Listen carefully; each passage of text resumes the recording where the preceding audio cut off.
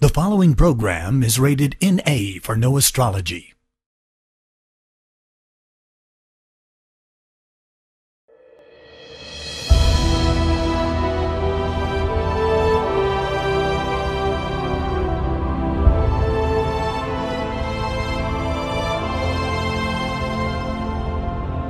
In the beginning, God created the heavens and the earth. Where were you when I laid the foundations of the earth? Tell me if you have understanding. Who determined its measurements? Surely you know. Or who stretched the line upon it? To what were its foundations fastened? Or who laid its cornerstone? When the morning stars sang together and all the sons of God shouted for joy. And the angels who did not keep their proper domain, but left their own abode, he has reserved in everlasting chains under darkness for the judgment of the great day. And the earth became without form and void, and darkness was on the face of the deep, and the Spirit of God was hovering over the face of the waters.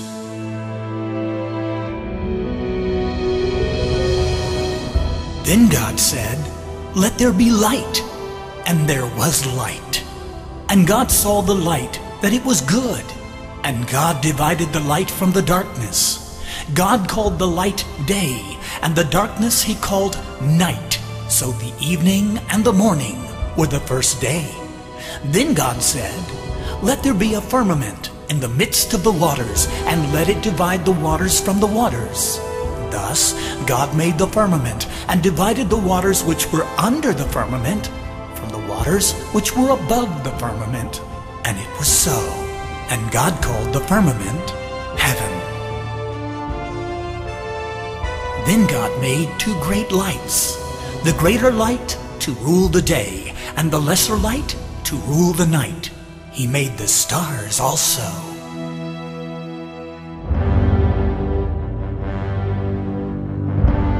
Time, Michael shall stand up, the great prince who stands watch over the sons of your people.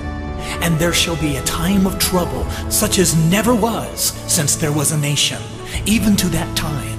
And at that time your people shall be delivered, every one who is found written in the book.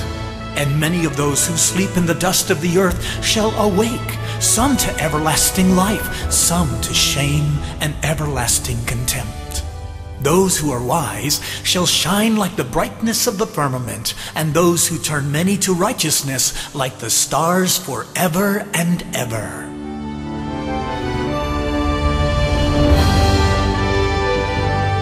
Your throne, O God, is forever and ever. A scepter of righteousness is the scepter of your kingdom.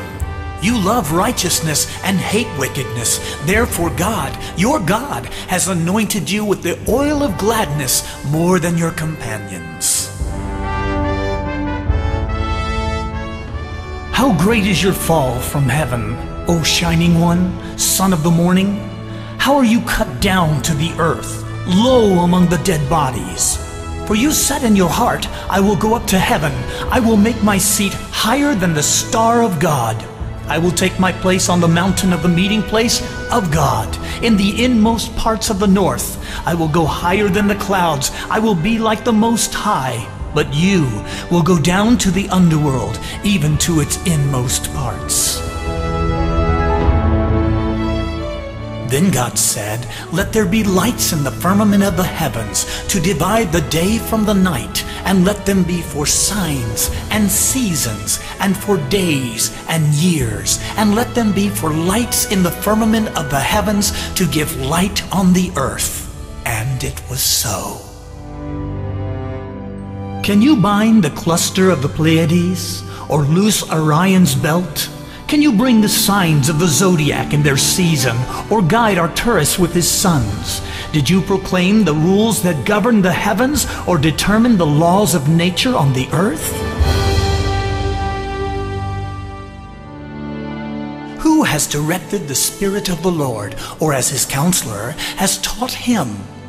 Who has measured the waters in the hollow of his hand, measured heaven with a span, and calculated the dust of the earth in a measure, weighed the mountains in scales, and the hills in a balance.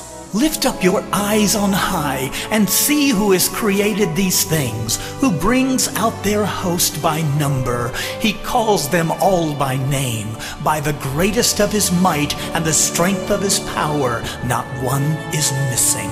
Have you not known? Have you not heard? The everlasting God, the Lord, the creator of the ends of the earth, never faints nor is weary. His understanding is unsearchable.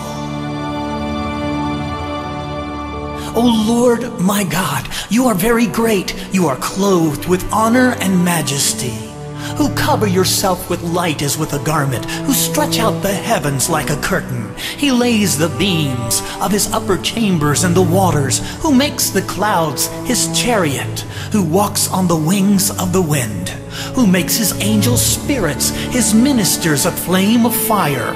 You who laid the foundations of the earth so that it should not be moved forever. You covered it with the deep as with a garment. The waters stood above the mountains. At your rebuke they fled. At the voice of your thunder they hastened away. And there will be signs in the sun, in the moon, and in the stars, and on the earth distress of nations, with perplexity, the sea and the waves roaring, men's hearts failing them from fear and the expectation of those things which are coming upon the earth. For the powers of the heavens will be shaken. Then they will see the Son of Man coming in a cloud with power and great glory. Now when these things begin to happen, look up and lift up your heads, because your redemption draws near. All things were made through him, and without him nothing was made that was made. In him was life, and the life was the light of men. And the light shines in the darkness, and the darkness did not comprehend it. In the eternal depths and unfathomable riches of God's foreknowledge, and from the life of the mind's eye of the Creator, all creation was conceived as the offspring of his thought.